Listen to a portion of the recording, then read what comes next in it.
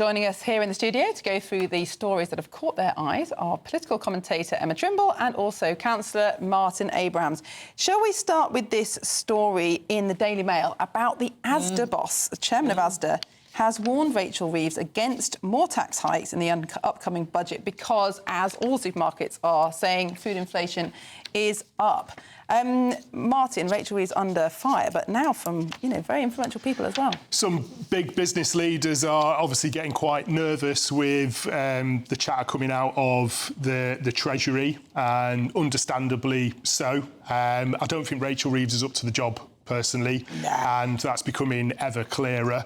There's rumours of a cabinet reshuffle next week. I don't think Rachel Reeves is going to be reshuffled out, but as this pressure increases on her as Chancellor, and CEOs of big businesses keep coming back to her about her policies and the policies from the Treasury, I think that pressure is ultimately going to increase significantly. I mean, let's be clear. Rachel Reeves has been delivered, a really bad hand from 15 years of Conservative government, OK? The austerity that the Conservatives implemented, kind of destroyed the social fabric of this country. So Rachel... Can I just come back to that? Because let's be honest, they were handed... When the Conservatives came in, that was after we'd had the subprime fiasco and the big sort of global markets and everything. So they... After that, and that was under a Labour government, so they then had put in place the austerity. So if we go further back, we start with... Well, if we go back to 2010 when David Cameron came in and George Osborne, the economic conditions then were some of the most ideal conditions for investment in this country. The cost of borrowing, borrowing was basically zero.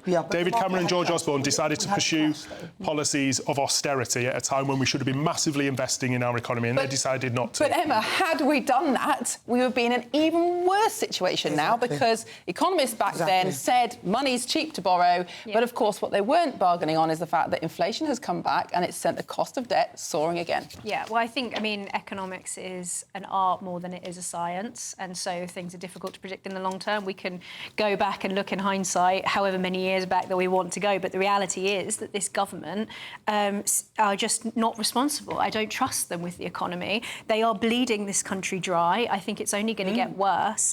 And what's interesting is that we've seen people now coming out and criticising the government that you might not expect. I mean, this case of the Asda boss is one example of that. But of course, there's another story that's in the news today is this whole saga over Angela Rayner and her second house. Kirsty Allsop was one of the people who's come out and criticised her for that, and Labour for increasing taxes for everyone else, but people like Angela Rayner seemingly wanting to dodge paying her own. To be fair, she hasn't dodged anything, really. It's just speculation. She has used... it's more avoidance, isn't it? She's used the way, the rules to suit how she should behave. But I think there is a moral... there's a moral element to this. I think the point that I'm trying to make, though, is that people are seeing that this government are bleeding the country dry. And I think more and more people, unexpected people in high-profile positions, are themselves starting to get sick of this and are starting to express their concern. Well, the Asda boss was a big Labour supporter, as were you, though, weren't you? Didn't you resign from the Labour Party only the other day? Well, it is quite a poignant day for me, Nana, because after best part of 20 years membership of the Labour Party, I decided to resign from the Labour Party yesterday. So it's a new dawn for me, waking up this morning as an independent councillor for Lambeth. I mean, the reasons are manifold. I mean, I've been... What's the biggest I have been critical of Keir Starmer since he was elected Labour Party leader 5 years ago. He was elected on a manifesto on 10 pledges that basically were continuity Corbynism. He lied to the Labour Party membership to get elected as Labour Party leader. And as soon as he did that, my hackles were up, and I've been warning against Keir Starmer ever since that point. When you say he lied, what specifically do you mean?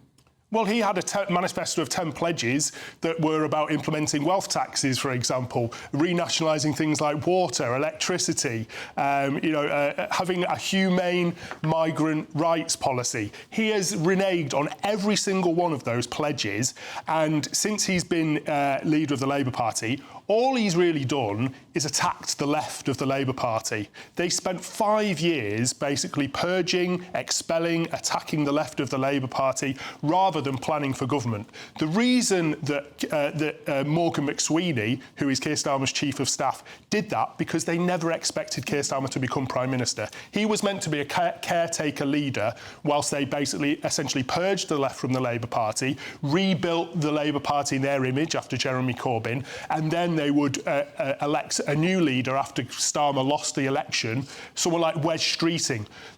Strangely, Keir Starmer won the election. They weren't prepared for that. So they've come into government without any plan whatsoever. But he would say that he came in and the circumstances that he inherited were more different than... I mean, they identified a £22 billion black hole they said they hadn't seen before, and there were all different elements that perhaps were not obvious to them at the time they made those budgets. I've already said, after 15 years of Conservatives, the conditions have been really difficult for anyone to come in. But if you mould yourself as a Labour leader that is going to implement, essentially, democratic socialist policies, which the Labour Party was born out of, let's not forget that. I know Keir Starmer has changed it beyond recognition, but the Labour Party is meant to be a democratic socialist party that stands up for workers, the working class. What would you say about Angela Rayner then?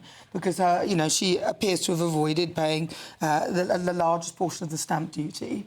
Would you say, because she's supposed to be a big socialist, that is... I mean, listen, I'm from Ashton-under-Lyne. I'm from where Angela Rayner is from as well. So I do have a bit of a soft spot for Angela Rayner. She's smashed through so many glass ceilings, and I think that's what a lot of people don't really like. She is a working-class lady that has smashed through glass ceilings to become the Deputy Prime Minister of the United Kingdom. That needs to be recognised. But for us on the left of the Labour Party, Angela Rayner has burnt so many bridges, because in order to get there, she has had to basically walk over quite a lot of people as well. I do not agree that she is under constant attack and scrutiny, way more than probably any other female politician. Oh, you mean female? Well, apart from Diane Abbott, I must say, because she is under, constant attacks, but there's a racial element to that. Angela Rayner is under constant attacks because, in my view, the political class and the political establishment do not want working class people to elevate themselves to those positions. There's a racial element to the attacks to Diane Abbott. I mean, maybe there are some people who are racist and things like that, but then, there's... I think it's more a lot of the things that she's done rather than... GBNews isn't just a channel, it's a family. And now you can be a part of it. Join our membership for exclusive content and to be part of the conversation. We're building something different together.